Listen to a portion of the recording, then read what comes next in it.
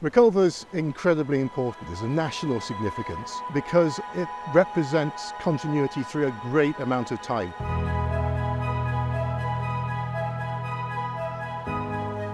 Reculver is a Roman shore fort, so its origins lie in the late 2nd century, but within it, a church was established here in the mid-7th century, the Saxon Minster.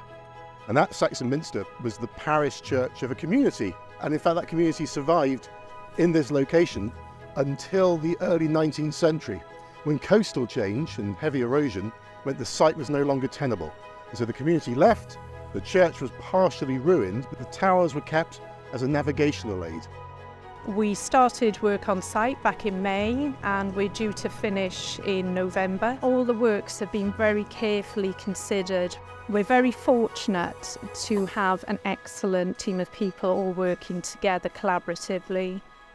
We have a team of 5 number masons, 4 carpentry and leadwork specialists, 3 window specialists and 2 man-safe contractors.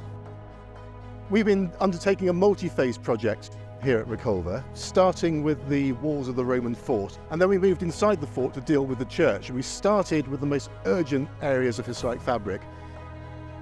We designed a scaffold plan and gave very careful consideration to that to make sure the scaffolding was robust, that could withstand the wind speeds that we get here. The location of the site means that it's exposed to really extreme weather conditions, and that's led to a lot of erosion on the motor faces. And it's really kind of getting to the point now where there's kind of a big kind of amount of repairs that need to be carried out again. And certainly one of the things that English Heritage I know are looking at is kind of dealing with the coastal erosion with climate change moving along, and as well it's something that needs to be considered.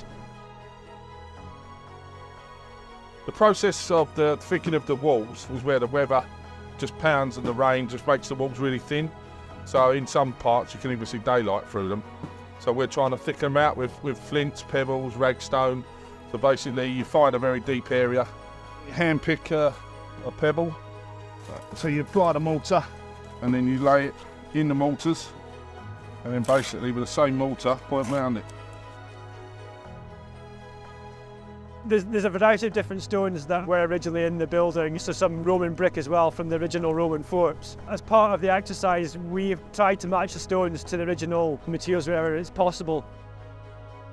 Looking at the towers themselves, a lot of the masonry you can see was salvaged from the original Roman building. A lot of the medieval buildings that are near the coast, the mortars are formed with aggregate taken from the beaches, so crushed shell, crushed oyster shell, cockle shell. So replicating the mix closely is very important.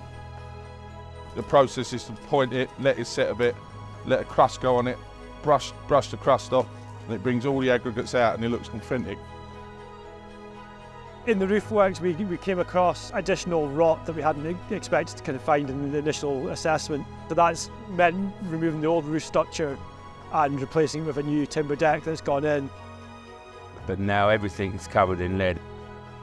Any rain that will run off, drip down and drip free of the facade, which then protects the stonework and all the restoration work they're doing today. I started roofing when I was 13 years old with my dad.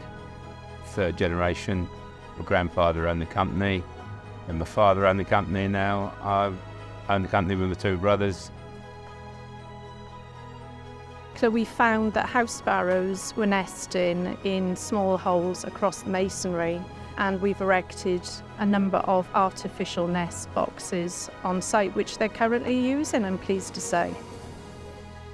Reculver Towers have been a really very dramatic landscape feature on this part of the North Kent coast since the early 13th century. And as a consequence of the work we're carrying out at the moment, we're confident that they will remain a landscape feature for many generations to come.